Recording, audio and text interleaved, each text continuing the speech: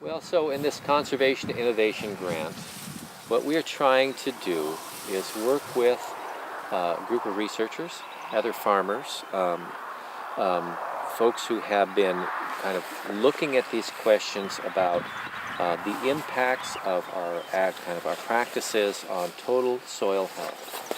I think in the end, what we want to learn after 3 years here, and this is we're standing in a block of a field that for the next 3 years we're not going to till here. So we're committed to not only not tilling, but trying to begin to understand what happens physiologically to the soil and our subsoil here in terms of its vitality and how it sequesters carbon and takes carbon out of the air and puts it into the soil. And how we can create a different soil dynamic here by eliminating tillage for 3 years. So the measurements that we'll do is we started out by taking soil tests in here and taking a look at what's going on in our field as it exists with the practices that we have. The second step is then to plant a cover crop in the winter. And you can see this cover crop is a fairly leguminous cover crop. So we took some of the grasses out of there. There's still grasses in here, grasses being barley and wheat. But by and large, the cover crop that we put in here has a lot of different legumes in here. There's even clovers in this understory here that we put in here. Not knowing exactly what the right combination is, but these clovers in here are going to provide us with an understory here. So we had, in this mix of cover crops, about 10, 12 different things in here.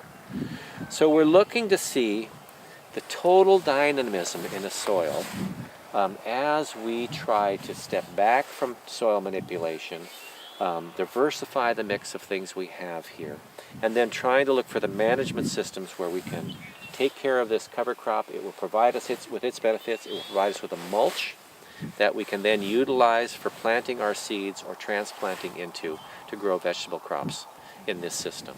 So it's really, we're trying to do a no-till, low-till management system where we can see how we can impact soil health here through the systems and the kind of diversity that we've created here. So what we are learning in this soil management systems that we're trying to rethink a little bit is there's a balance in soil and the whole dynamic of soil between bacteria and fungus. And soil is an incredibly complex system. It's a universe of microorganisms under our feet. What we tend to have in the past really focused on the bacterial side of this. How do we feed a plant by stimulating bacteria? So as an organic farmer for many years, we grew cover crops. We mowed them down, we incorporated them into the ground, and we added our compost, and it again was largely a bacterial culture, and we were farming the bacterial end of this spectrum.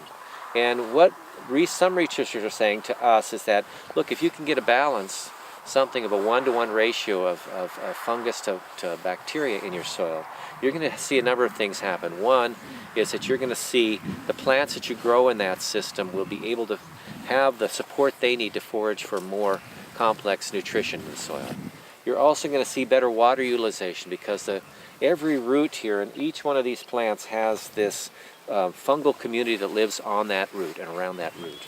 So what will happen with that system is if we can get it working is we're going to have a pretty dynamic fungal life down there and a bacterial life, but it will be somewhat in balance. And we think that when we start growing crops in there and we can get that fungal life up, the system will be more self-sustaining. The fungus will actually go out and forage for the nutrients because there's a communication going on between the plant here right. and the microbes in the soil. Okay. They'll be talking to each other, and so the plant, for this plant to be healthy, it's going to have a relationship with those soil microorganisms and the fungus in particular. That fungus will go out and forage for what this plant needs to be healthy.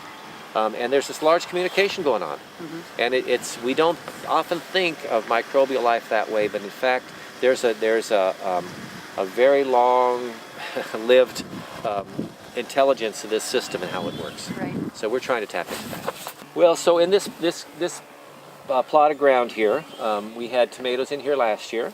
Our plan here is we still have drip tape in here. Our plan is to, when this seems to hit a point where we think we can begin to impact this crop so it won't grow back, we're going to roll it all down. We're going to take a heavy roller that has some lines on there that will crimp the stems on this crop and lay it over on itself. Great. Okay, so we're growing, what we're doing, hopefully we're doing is we're growing a mulch that's growing in place. We're growing a lot of carbon that will stay on top of the ground and become a cover for the ground. So we'll have lower soil temperatures here when we get really hot during the summer. Right. Having a mulch will lower our soil temperatures, which will make the whole system again more efficient, because at high temperatures things begin to stop working. We'll have a cover on the ground, so we'll reduce evaporation. So the water we do apply will go further. So that mulch will be something that will increase our water utilization in the ground, and how much efficiency we have in terms of water use, effective water that we have. And then we're going to see carbon going in the ground. Okay, so this crop right now, by growing it all winter long, we've taken all this carbon out of the air, put it in the plant tissue, but we've also put it in the soil.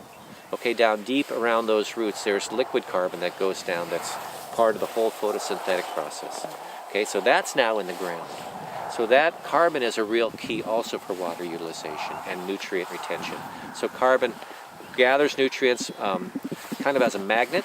It also gives those nutrients up pretty regularly. It's a great site for storing water. Right. Okay, so all of those things are things that we think we're putting to use in a system like this, where we roll it down and we don't till it up.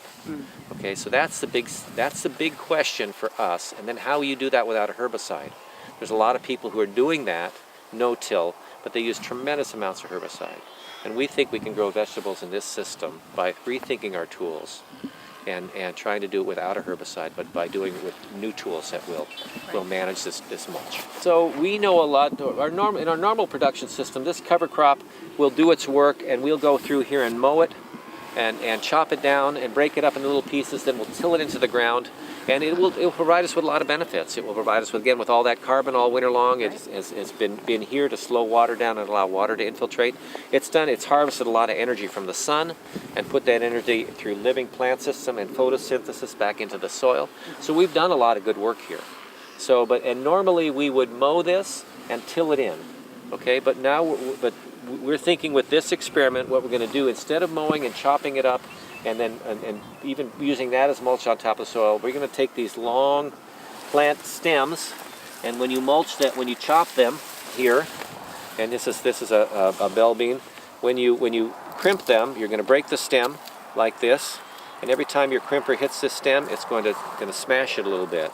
And that will stop this plant from sending energy from the top down to the bottom and from the bottom up. Right. So our thought is and it will stay as a whole fragment of plant tissue, right? So it's not going to be chopped up in little pieces. It won't break down very quickly. So our experience is when you crimp it, is what this is called, then this material will stay on the ground, will just die there, and it won't disappear. If we chop it up in small little pieces, the bacteria and everybody goes to work on eating that up, and it disappears pretty quickly. So the idea is to allow this to get about this high, and before we get to a lot of flowering in all of these legumes here, we're going to roll it down and crimp it. We're going to hope it's going to die in place. We may have to crimp it a couple of times, and then we're going to take this soil and open it up, just push this material out of the way that's crimped, and open up a swath, and we'll put our seed in here. Okay, so this will be dying. It'll lay on the ground as a mulch. This is what the soil looks like. I think when you have well-managed soil, we talked about these legumes here fixing nitrogen. You can see the little nodules on here where the nitrogen is fixed. But basically, these little white nodules, the little nodes here, are nitrogen that's being fixed with bacteria in this system. We're going to take a step back, and instead of tilling it all in, our next step here is to wait till we think we can get this thing to lay down and stay in place, not want to come back up again. Right. Roll it down, and then we're going to put our seed in there.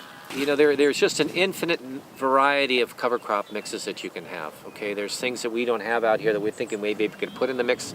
Maybe some tillage radishes, things that have deep, long roots, maybe deeper rooted things.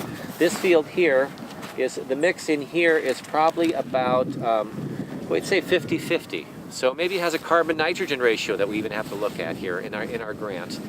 So 50-50 grasses and legumes. And the legumes, there's peas, there's fava beans, there's some clovers in there, there's vetches, a couple of different types of vetches in this mix. And then there's a couple of barleys that have really good extensive root systems that we planted for their root system. There's some wheat in here. I didn't put any rye in here because rye can be really rank. And so that's our mix here. And then across the way here, we're doing something very different where we're going to almost entirely legumes. And the question is, how does that mix impact how we can then subsequently have that die in place? Which mix is the best mix to have it roll down, crimped, and stay in place? And then how long will it last? The grasses may last a lot longer than the legumes will, because the legumes are just a little more lush and succulent. Okay, and the grasses are a different type of carbon even in that stem. So we're gonna experiment with this mix, with that mix, and we probably have 10 other mixes on the farm here that we're gonna see what works. Okay, so every little piece of knowledge we can add to this is part of what the grant is looking at.